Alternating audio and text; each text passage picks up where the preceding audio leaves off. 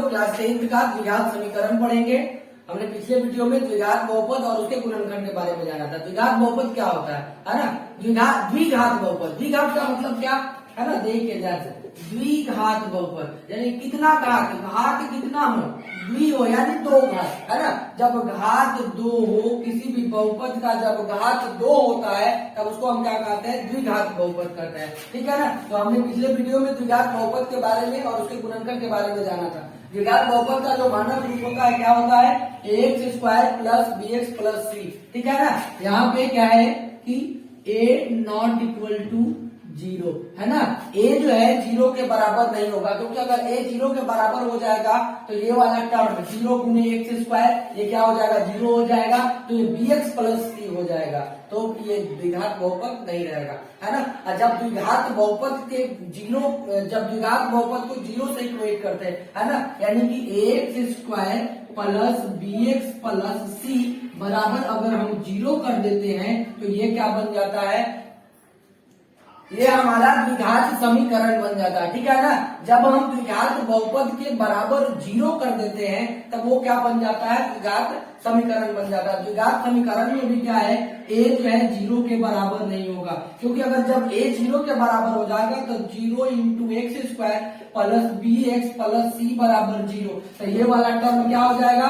0 हो जाएगा, तो क्या हमारा बच जाएगा? केवल बचेगा bx प्लस c बराबर 0, तो ये द्विघात समीकरण नहीं होगा, है ना? क्योंकि इस समीकरण का जो घात है वो 2 नहीं है, इसलिए द्विघात समीकरण नहीं होगा। तो द्विघात समीकरण का जो मानक रूप होता है, स्टैंडर्ड फॉर्म क्या होता है? ax square plus bx plus c बराबर 0, जहां पे ये चीज देख लीजिए कि a नॉट इक्वल टू जो 0 होगा ही होगा, साथ ही साथ a b और c ये तीनों जो होगा ये वास्तविक संख्याएं होगी। ठीक है ना? ये कौन सी संख्याएं होगी? तो ये वास्तविक संख्याएं होगी। ठीक है? तो अब यहाँ कुछ एग्जाम्पल देख लेते हैं द्विघात समीकरण का। जैसे क्या है? X square minus 5x plus 6। ठीक है ना? यहाँ क्या है? एक्स स्क्वायर है, तो ये द्विघात है, पावर 2 है ना? तो इस समीकरण को हम क्या कहेंगे? द्विघात समीकरण कहेंगे। और भी यहाँ भी देख लीजिए, एक्स स्क्वायर माइनस 25 बराबर 0, है ना? बी टर्म 0 हो सकता है ना? बी बराबर 0 हो सकता है, लेकिन ए कभी भी 0 के बराबर नहीं होगा। अगर एक 0 के बराबर होगा तो द्विघात समीकरण नहीं करेगा। चलिए अब हम देखते हैं कुछ एग्जाम्पल को कि कौन द्विघात समीकरण है ना? क्वेश्चन कहेगा कि निम्नलिखित में कौन द्विघात समीकरण है? निम्न में कौन द्विघात समीकरण है ना? निम्न में कौन द्विघात समीकरण है, ये निकालना है। क्वेश्चन है पहला ए नंबर x प्लस 1 बराबर x इंटू एक्स प्लस 2, है ना? B number x plus 1 into x minus 1 equal to x into x plus 3, है ना? यही क्वेश्चन दिया हुआ है और इसमें पूछता है कि निम्न में कौन द्विघात समीकरण है या नहीं है। तो यहाँ से हम क्या करेंगे? सबसे इसको सॉल्व करेंगे तो क्या होगा कि x प्लस 1 है तो x प्लस 1 बराबर, अब यहाँ क्या करेंगे? x से कोई साइन नहीं है यहाँ पे, तो कोई साइन नहीं है तो हम मल्टीप्लाई मान लेते हैं। तो x में x से मल्टीप्लाई करेंगे तो कितना हो जाएगा? x स्क्वायर हो जाएगा, और यहाँ क्या हो जाएगा? x में 2x से करेंगे तो प्लस 2x होगा, है? तो क्या है कि x में जब x से मल्टीप्लाई किए तो कितना हो गया? x स्क्वायर हो गया, और जब x में प्लस 2 से मल्टीप्लाई करेंगे तो ये क्या हो जाएगा? 2x हो जाएगा। हम ये सारे टर्म को एक तरफ लेकर जाते हैं, या उन सारे टर्म को हम एक तरफ लाए, है ना? कुछ भी कर सकते हैं, इसको आप उस तरफ लेके जा सकते हैं या उसको इस तरफ ला सकते हैं। चलिए हम इसी को लेकर जा रहे हैं, तो उस तरफ क्या है? x square plus 2x। उसके बाद अगर इस टर्म को हम उस तरफ लेके जाते हैं तो क्या है? प्लस में x है, तो ये अपना साइन क्या करेगा? चेंज कर देगा, माइनस में x हो जाएगा। यहाँ प्लस 1 था तो दूसरी तरफ जाके ये माइनस में 1 हो जाएगा। अब कुछ नहीं बचा, तो इसका मतलब क्या? 0, है ना? अब यहाँ से क्या देखते हैं? ये एक्स स्क्वायर हो गया, है ना? अब यहाँ प्लस 2x है और यहाँ माइनस x है, यानी माइनस कितना है, कुछ नहीं, अगर आगे है तो 1x मान लेते हैं, है ना, 1 मान लेते हैं। तो 2x में से अगर 1x को घटाएंगे तो कितना होगा, है ना, 2x में से x जाएगा तो x होगा और -1 इक्वल टू क्या, 0। तो ये द्विघात समीकरण है कि नहीं, देखो, क्योंकि यहाँ जो है क्या दिख रहा है कि हमारा इस समीकरण का जो घात है, पावर जो है वो कितना है, 2 है ना, अधिकतम पावर 2 है, इसलिए इसको क्या कहेंगे कि अतः x प्लस 1 बराबर x इंटू एक्स प्लस 2 एक द्विघात समीकरण है, ठीक है ना। क्यों द्विघात समीकरण है, क्योंकि जब इसका हम हल निकाल रहे हैं, है ना, इसको तोड़ रहे हैं, तब कितना x square plus x minus 1 के रूप में हमें प्राप्त हो रहा है ना, x का पावर 2 है, इसलिए द्विघात समीकरण है।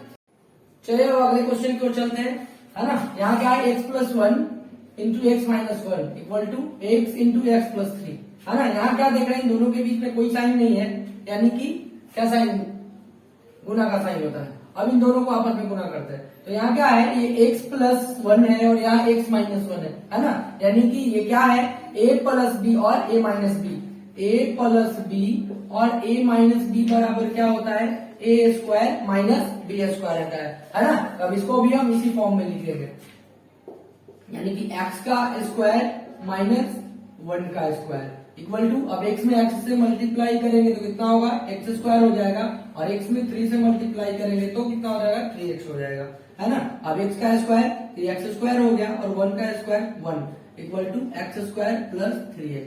अब यहाँ से क्या है, सेम चीजें क्या हो जाता है, सेम चीजें कैंसिल हो जाता है। अगर बराबर के दोनों तरफ अगर सेम चीजें रहता है तो वो क्या हो जाता है, कैंसिल। जैसे बराबर के इस तरफ क्या था, एक्स स्क्वायर माइनस 1, तो एक्स स्क्वायर प्लस में है, और बराबर के उस तरफ भी एक्स स्क्वायर प्लस में है, तो ये दोनों क्या हो गया, कैंसिल हो गया। तो अब क्या बच जाता है, ये -1 को उधर ले जाते हैं, तो उधर 3x पहले से था और -1 उधर गया तो +1 इक्वल टू 0। अब यहाँ क्या देख रहे हैं कि इस समीकरण में, है ना, ये पावर 2 नहीं है, घात 2 नहीं है ना, तो इसलिए इस समीकरण को हम क्या कहेंगे कि यह समीकरण द्विघात समीकरण नहीं है, ठीक है ना। इस तरह से हम जांचेंगे कि कौन द्विघात समीकरण है और कौन द्विघात समीकरण नहीं है। अब हम लोग द्विघात समीकरण का मूल निकालने के लिए जानेंगे कि द्विघात समीकरण का मूल कैसे निकालते हैं, है ना। हमने पिछले देखा था कि द्विघात बहुपद का जो शून्यक होता है ना, जो द्विघात बहुपद का जो शून्यक होता है वही द्विघात समीकरण का मूल कहलाता है। जैसे द्विघात समीकरण का क्या व्यापक रूप, जनरल फॉर्म होता है x square plus B x plus C equal to 0, जहाँ 1 0 के बराबर नहीं होगा, है ना। तो यहाँ जो मूल निकालने की, द्विघात समीकरण के मूल निकालने की 3 विधियां है ना, हम लोग 3 विधियों को जानेंगे। सबसे पहली विधि गुणनखंड विधि, दूसरी विधि पूर्ण वर्ग जो बनाकर जो है हल करने की विधि, हम क्या करते हैं, पूर्ण वर्ग विधि द्वारा जो है मूल निकालते हैं, और तीसरा है द्विघाती सूत्र विधि, जो कि सबसे ज्यादा इंपॉर्टेंट है, इससे ज्यादा क्वेश्चन जो है आपके एग्जाम में पूछे जाते हैं। तो हम आप सबसे पहले बात करेंगे गुणनखंड विधि का, है ना। गुणनखंड विधि के कुछ एग्जाम्पल्स भी दिए हुए हैं, इन एग्जाम्पल्स को सबसे पहले करेंगे, है ना। तो सबसे पहले क्या करते हैं, गुणनखंड विधि से सबसे पहले अगर हम मूल निकालने के लिए रहता है तो सबसे पहले हम इसको बी पार्ट को हम 2 भागों में बांटते हैं, है ना। बी पार्ट को 2 भागों में बांटते हैं, कैसे बांटते हैं इस चीज का आप ध्यान दीजिएगा। तो मैंने पिछले वीडियो में बहुपद का गुणनखंड पढ़ाया था, तो वहां जाकर आप देख लीजिएगा कि कैसे जो है बहुपद को हम गुणनखंड निकालते हैं, है ना। तो उससे आपको क्या होगा कि जब आप मूल निकालने के लिए गुणनखंड विधि का प्रयोग कीजिएगा तो आप गुणनखंड आसानी से कर पाइएगा और मूल आसानी से निकाल पाइएगा, ठीक है ना। अब हम यहाँ डायरेक्टली इसको तोड़ के और लिखते हैं, तो क्या लिखेंगे, x square minus 5x plus 2x minus 10 equal to 0, यानी कि क्या करते हैं, एक्स स्क्वायर का जो कोएफिशिएंट होता है और यहाँ पे अचर पद, इन दोनों का गुणांक निकालते हैं। तो यहाँ 1 है और यहाँ 10 है ना। तो 1 इंटू 10 कितना होता है, 10 हो जाता है। तो 10 को हम क्या करते हैं, अब बी पार्ट को 2 भाग में बांटते हैं। 2 भाग में भागने के बाद क्या होता है कि जोड़ने घटाने के बाद बी आए, लेकिन जब गुना करें तो ए और अचर पद का जो है गुणनफल है, तो 1 गुने 10 होगा। अब 5 और 2 में गुना करेंगे तो कितना होगा, 10 आएगा ना। और 5 में से -5 में 2 ऐड करेंगे तो कितना होगा -3। अब हम क्या करते हैं, यहाँ से इसको लेके चलेंगे और यहाँ से इसको, है ना, इन दोनों में से आप कॉमन लेंगे तो x² - 5x में से हम x कॉमन ले लिए तो यहाँ क्या बचा, x बच गया और ये -5 बच गया, प्लस था तो प्लस। अब 2x - 10 में से 2 कॉमन ले लेते हैं तो क्या बचता है, x बचता है और -5 इक्वल टू क्या हो गया 0, है ना। अब x - 5 यहाँ भी था और यहाँ भी था, दोनों में से एक कॉमन ले लेते हैं x - 5, है ना। तब यहाँ क्या बचता है, x बचता है और यहाँ क्या बचता है, +2 बचता है ना। ये इन दोनों के बीच में क्या है, गुना का साइन है और दोनों बराबर किसका है ना, 0 के बराबर है। तो इन दोनों को अलग अलग करके इक्वेट करेंगे, 0 के इक्वेट करेंगे। देखिए जैसे x - 5 = 0 और x + 2 = 0, तो यहाँ से हमारा x बराबर क्या आ जाएगा, माइनस में 5 है तो दूसरी तरफ जाएगा तो प्लस में 5 आ जाएगा। यहाँ से x बराबर क्या होगा, प्लस में 2 है तो उधर जाएगा तो माइनस में 2, इसलिए मूल क्या आ गया हमारा, यहाँ से मूल आता है 5 और -2, ठीक है ना।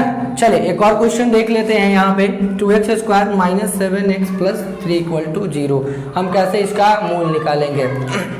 तो यहाँ क्या है, 7x को 2 भागों में बांटना है ना, कितना आना चाहिए, जब गुना करें तो 2 × 3 यानी कि 6 आना चाहिए और जोड़े या घटाए तो कितना आना चाहिए, -7। तो 2x² - x - 6x + 3 = 0। x का मतलब क्या, 1x हो गया और 6x, -1 और -6 को जोड़ेंगे तो -7, -1 और -6 को गुना करेंगे तो क्या आ जाएगा, +6 आएगा। चलिए अब इन दोनों में से कॉमन निकालते हैं। क्या कॉमन निकालेंगे, x, तो क्या यहाँ बचेगा 2x बचेगा और यहाँ -1 बचेगा। अब इन दोनों में से कॉमन निकालेंगे, क्या कॉमन निकालते हैं, -3 कॉमन निकालते हैं तो ये माइनस में था, तब जब माइनस कॉमन निकालते हैं तो प्लस बचता है, तो ये 2x हो गया और ये प्लस था तो ये माइनस हो गया, -1 = 0। अब यहाँ देखते हैं इन 2x - 1, यहाँ भी 2x - 1 कॉमन ले लिए, 2x - 1 तो यहाँ क्या बच गया, x बच गया और यहाँ क्या बच गया, -3 = 0। अब 0 से इक्वेट कर देते हैं दोनों को, यानी 2x - 1 = 0 और इधर x - 3 = क्या, 0। तो यहाँ से क्या देखते हैं कि 2x बराबर क्या हो गया, माइनस में इधर 1 था तो उधर जाके +1 हुआ, इसलिए x = 1/2। यहाँ देखते हैं तो यहाँ x - 3 = 0 था तो इसलिए x बराबर क्या आ जाएगा, 3, इसलिए यहाँ से हमारा क्या आ जाता है, मूल 1/2 और 3, है ना। तो यहाँ हमने गुणनखंड विधि से, है ना, क्या किया कि द्विघात समीकरण का मूल निकाला, दोनों समीकरणों में देखा कि मूल कैसे निकाला जाता है। चलिए तो अब हम लोग दूसरी विधि की बात करेंगे। दूसरी विधि क्या है, पूर्ण वर्ग बनाकर हल करने की विधि, है ना। सबसे पहले हम इसको पूर्ण वर्ग बनाकर जो है हल करते हैं, तो ये विधि से अब हम लोग देखेंगे। तो सबसे पहले क्या करते हैं कि x² के गुणांक से सभी पक्षों को भाग देने पर, चलिए भाग देते हैं। x² का गुणांक क्या है यहाँ पे, तो यहाँ पे देखते हैं कि x² का गुणांक है 2x², तो 2x² से फिर 2 डिवाइड, फिर यहाँ क्या है -7x, तो -7x/2, उसके बाद +3 तो +3/2। अब 0 को 2 से अगर करेंगे तो क्या हो जाएगा, वो तो 0 ही रहेगा। अब यहाँ से 2 से 2 क्या हो गया, कैंसिल हो गया, क्या बचा, x² - 7x/2 + 3/2 = 0। यहाँ से हम क्या करते हैं, जो अचर पद है, अचर पद को क्या करते हैं, बराबर के दूसरी तरफ लेकर चले जाते हैं। तो x² - 7x/2 = अब 3/2 क्या है, प्लस में है, इस अचर पद को अगर बराबर के दूसरी तरफ ले जाएंगे तो ये क्या हो जाएगा, -3/2 हो गया, ठीक है ना। अब यहाँ एक चीज और ध्यान देना है, अब क्या करना है, यहाँ जो है कि x का गुणांक गुने 1/2 का स्क्वायर करके दोनों तरफ जोड़ने पर, ठीक है ना। मान लेते हैं, अब हम क्या करते हैं कि x का जो गुणांक है उसको 1/2 से मल्टीप्लाई करते हैं और मल्टीप्लाई करने के बाद उसका स्क्वायर निकालते हैं, वर्ग निकालते हैं, और वर्ग करके दोनों तरफ उसको क्या करते हैं, हम जोड़ देते हैं। तो चलिए सबसे पहले एक्स स्क्वायर माइनस 7x/2, अब क्या करना है, एक्स का गुणांक, तो एक्स का गुणांक कितना है, -7/2 है इंटू 1/2। यहाँ एक्स का गुणांक देखेंगे, है ना, एक्स का गुणांक, ये एक्स स्क्वायर है, यहाँ एक्स है, तो एक्स का गुणांक क्या है, -7/2 है, तो -7/2 इंटू 1/2 का स्क्वायर करते हैं तो क्या हो जाएगा, ये -7 में 1 से मल्टीप्लाई करेंगे तो -7 होगा, और 2 में 2 से मल्टीप्लाई करेंगे तो 4, इसका स्क्वायर, तो -7 इंटू -7 49 होता है, और 4 इंटू 4 कितना होता है, 16, यानी कि दोनों तरफ हम कितना ऐड करेंगे, 49/16, तो प्लस 49/16 इक्वल टू, इधर अब हम देखते हैं इधर क्या बचा हुआ है, इधर हमारा था -3/2 प्लस कितना ऐड कर देंगे, इधर भी 49, क्योंकि अगर इक्वल इक्वल दोनों तरफ ऐड करते हैं तो उससे कोई फर्क नहीं पड़ता है, ठीक है ना। अब बात करते हैं, अब देखते हैं इसको, तो अब इसको क्या लिख सकते हैं, एक्स को हम एक्स स्क्वायर लिखेंगे, है ना, माइनस, अब ये जो है एम, इधर वाला पक्ष जो है या तो a प्लस बी के होल स्क्वायर के फॉर्म में आ जाएगा, और नहीं तो a माइनस बी के होल स्क्वायर के फॉर्म में आ जाएगा, ठीक है ना। इस चीज को आप याद रखिएगा, अगर यहाँ माइनस रहेगा तो a माइनस बी के होल स्क्वायर में जाएगा, और प्लस रहेगा तो a प्लस बी के होल स्क्वायर के फॉर्म में जाएगा, है ना। तो अभी ये एक्स का स्क्वायर -2ab, 2 गुना a का मान कितना, x इंटू बी का मान, है ना, तो b का सबसे पहले 49/16 है, तो हम इसको लिख सकते हैं ना 7/4 का होल स्क्वायर, जब 7 का स्क्वायर करेंगे तो 49, और 4 का स्क्वायर करेंगे तो 16, यानी कि b का मान कितना होगा, 7/4। अब इधर देखते हैं, ये 2 और 16 का एलसीएम निकालते हैं तो 16 हो गया, 16 को 2 से डिवाइड करते हैं कितने बार में, 8 टाइम्स में, और 8 में -3 से गुना किए -24 प्लस 49, यानी यहाँ से क्या हो गया, x माइनस 7/4 का होल स्क्वायर इक्वल टू, अगर 49 में से -24 करते हैं तो 25/16। अब इधर क्या है, अगर कोई नंबर बराबर के एक तरफ स्क्वायर में है, अगर उस स्क्वायर को बराबर के दूसरी तरफ हमें भेजना है तो क्या बन जाता है, रूट बन जाता है। तो x माइनस 7/4 इक्वल टू इस स्क्वायर को दूसरी तरफ भेजे तो ये क्या बन गया, 25/16 का रूट, है ना। अब ध्यान देते हैं यहाँ पे, ये क्या बन गया, x माइनस 7/4, ये रूट जब निकालेंगे, रूट इसका निकालेंगे वर्गमूल, तो क्या होगा, 25 का वर्गमूल 5 होता है और 16 का वर्गमूल 4 होता है, लेकिन प्लस और माइनस दोनों में आएगा। क्यों आएगा, देख लीजिए, अगर -5/4 लिखते हैं, इसका भी स्क्वायर करेंगे तो 25/16 आएगा, +5/4 भी लिखते हैं, इसका भी स्क्वायर करने पे 25/16 ही आता है, ठीक है ना। तो इसलिए जो रूट के बाद रूट वर्गमूल निकालते हैं, वर्गमूल के बाद जो संख्या हमें प्राप्त होता है वो प्लस और माइनस दोनों में हम लिखते हैं, है ना। अब यहाँ से, अब ये क्या, x minus 7/4 equal two plus minus 5/4, अभी 7/4 माइनस में है, इसको बराबर के दूसरी साइड ले जाते हैं तो क्या होगा, ये माइनस में था तो ये प्लस में हो गया, फिर प्लस माइनस 5/4। इसका मतलब क्या है कि 7/4 में एक बार 5/4 को प्लस करना है और एक बार क्या करना है, माइनस करना है, यानी कि क्या, 7/4 प्लस 5/4, उसके बाद 7/4 माइनस 5/4, एलसीएम 4, 7 प्लस 5 हो गया, यहाँ देख लेते हैं एलसीएम 4, 7 माइनस 5 हो गया, है ना। तो यहाँ से कितना आएगा, 12/4 यानी कि 3 बार में, और यहाँ 2/4 यानी कि 1/2 बार में, यानी कि इस तरह से x का वैल्यू जो है 3 आ, है ना। तो 7 में से 5 को अगर माइनस करेंगे तो कितना आएगा, ये 2/2 आएगा, और नीचे कितना है 4, यानी कि 1/2 बार में डिवाइड हो गया। इस तरह से हम क्या देखते हैं कि x का वैल्यू जो है 3 आता है और 1/2 आता है, यानी कि हमारा मूल कितना आ गया, 3 आ गया और 1/2 आ गया। यानी कि इस तरह से हम जो है द्विघात समीकरण का मूल निकालते हैं। देखिए इसमें 3 चरण है, आपको तीनों पॉइंट्स को याद रखना होगा, तब ये क्वेश्चन जो है आपको बहुत ही इजीली आपसे बन पाएगा। क्या है, पहला क्या करते हैं कि एक्स स्क्वायर, पहला स्टेप है ना, इस आप चीज को ध्यान रखिएगा, ये पहला स्टेप है। पहला स्टेप क्या है, स्टेप 1 लिख देते हैं। स्टेप 1 क्या करना है कि एक्स स्क्वायर का जो गुणांक है उससे आपको सभी पक्षों को भाग देना है ना। अगर मान लेते हैं कि यहाँ पे एक्स स्क्वायर का गुणांक कुछ ना रहे, 1 है, जैसे अगर मान लेते हैं x square minus 3x -10 equal to 0 है, हम ऐसा क्वेश्चन ले लिए। तो यहाँ पे क्या देखते हैं कि एक्स स्क्वायर का गुणांक है ही नहीं, 1 है। अगर 1 से हम डिवाइड देंगे, मान लेते 1 से डिवाइड देंगे तो क्या हो जाएगा, एक्स स्क्वायर को 1 से दिए तो एक्स स्क्वायर ही होगा, -3x को -1 से डिवाइड देंगे तो -3x ही होगा, और -10 को 1 से डिवाइड दिए तो -10 ही होगा, और 0 को 1 से भी देंगे तो 0 ही रहेगा। यानी कि यही कहना चाहते हैं कि जब एक्स स्क्वायर का गुणांक 1 हो तब इस स्थिति में हम ये जो स्टेप है इसको क्या कर देते हैं, छोड़ देते हैं, यहाँ हम नहीं लिखते, हम डायरेक्ट जो है यहाँ पे आ जाते हैं, ठीक है ना, इस पॉइंट पे आ जाते हैं। ये स्टेप है ना, यहाँ स्टेप 2 है। स्टेप 2 में क्या करना है आपको कि जो अचर पद है, अचर पद को बराबर के दूसरी तरफ है ना 0 के साइड ले जाना है ना।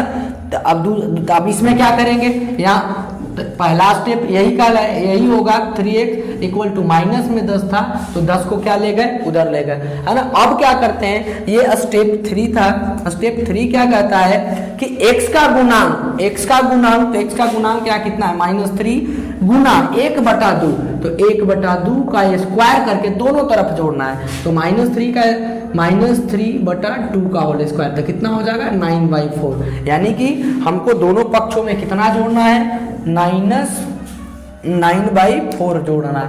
यानी कि x square -3x plus 9/4 equal to 10 plus 9/4, है ना। इस तरह से हम स्टेप्स को क्या करते जाएंगे, बढ़ते जाएंगे। ये स्टेप 3 हो गया। अब स्टेप 4 में जैसे ही हमें ये मिलता है तो यहाँ से हम स्टेप ये 4 क्या होगा कि जैसे ही अगर यहाँ माइनस है तो इसको a माइनस बी के फॉर्म में तोड़ देंगे। अगर यहाँ प्लस अगर मिलता है, प्लस अगर यहाँ होगा, ठीक है ना, अगर कभी प्लस मिले तो इसको हम a प्लस बी के होल स्क्वायर के फॉर्म में तोड़ देंगे। तो इस तरह से आप इस क्वेश्चन को आगे बनाएंगे, है ना। यहाँ गुणांक नहीं भी रहे तो आप क्या करेंगे, डायरेक्टली आप सेकंड स्टेप को लेकर चलेंगे, ठीक है ना। तो इस तरह से आपके लिए चीजें आसान हो जाएगी और आप क्वेश्चन को आसानी से हल करेंगे। हाँ, तो चलिए अब अगले वीडियो में हम लोग मूलों की प्रकृति और द्विघाती सूत्र के बारे में पढ़ेंगे। तब तक के लिए धन्यवाद, जय हिंद।